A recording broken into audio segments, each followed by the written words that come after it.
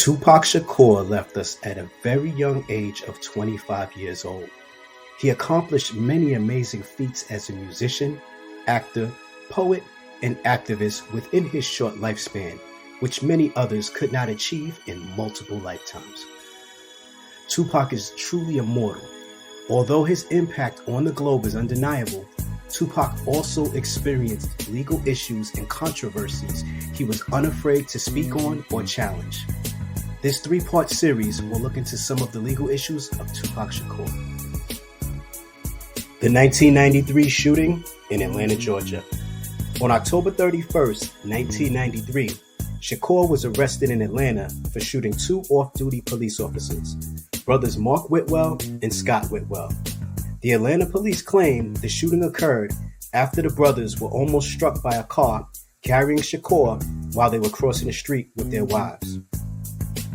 As they argued with the driver, Shakur's car pulled up and he shot the Whitwells in the buttocks and in the abdomen. However, there are conflicting accounts that the Whitwells were harassing a black motorist and uttered racial slurs. According to some witnesses, Shakur and his entourage had fired in self-defense as Mark Whitwell shot at them first. Shakur was charged with 2 counts of aggravated assault.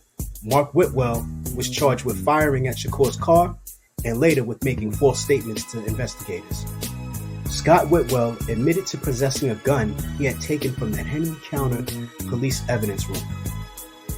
Prosecutors ultimately dropped all charges against both parties. Mark Whitwell resigned from the force 7 months after the shooting. Both brothers filed civil lawsuits against Shakur. Mark Whitwell's suit was settled out of court, while Scott Whitwell's $2 million lawsuit resulted in a default judgment entered against the rapper's estate in 1998. 1994 Quad Studios shooting. On November 30th, 1994, while in New York recording verses for a mixtape of Ron G, Shakur was repeatedly distracted by his beeper. Music manager James Roseman, otherwise known as Jimmy Henchman, reportedly offered Shakur $7,000 to stop by Quad Studios in Times Square that night to record a verse for his client, Little Sean. Shakur was unsure but agreed to the session as he needed the cash to offset legal costs. He arrived with Stretch and 1 or 2 other people. In the lobby, 3 men robbed and beat him up at gunpoint. Shakur resisted and was shot. Shakur speculated that the shooting had been a setup.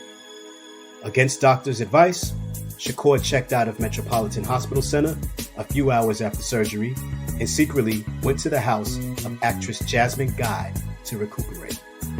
The next day, Shakur arrived at a Manhattan courthouse bandaged in a wheelchair to receive the jury's verdict for his sexual abuse case. Shakur posted $25,000 bond and spent the next few weeks being cared for by his mother and a private doctor at Jasmine Guy's home. The Fruit of Islam and former members of the Black Panther Party stood guard to protect him. Set of accusations involving the Notorious B.I.G. In a 1995 interview with Vibe, Shakur accused Sean Combs, Jimmy Henchman, and the Notorious B.I.G., who were at Quad Studios at the time, among others, of setting up or being privy to the November 1994 robbery and shooting. Vibe alerted the names of the accused. The accusations were significant to the East Coast, West Coast rivalry in hip-hop. In 1995, months after the robbery, Sean Combs and B.I.G. released the track Who Shot Ya, which Shakur took as a mockery of his shooting and thought that they could be responsible, so he released a diss song, Hit 'Em Up, in which he targeted B.I.G., Combs, their record label, Junior Mafia, and at the end of Hit 'Em Up, he mentions rivals Mobb Deep and Chino XL. In March 2008, Chuck Phillips in the Los Angeles Times reported on the 1994 ambush and shooting. The newspaper later redacted the article since it relied partially on FBI documents later discovered forged, supplied by a man convicted of fraud. In June 2011, Dexter Isaac, incarcerated in Brooklyn, issued a confession that he had been one of the gunmen who robbed and shot Shakur at Henchman's order. If you would like to see more content, put some suggestions in the comments. Hit that like button, subscribe, and I'll see you next time.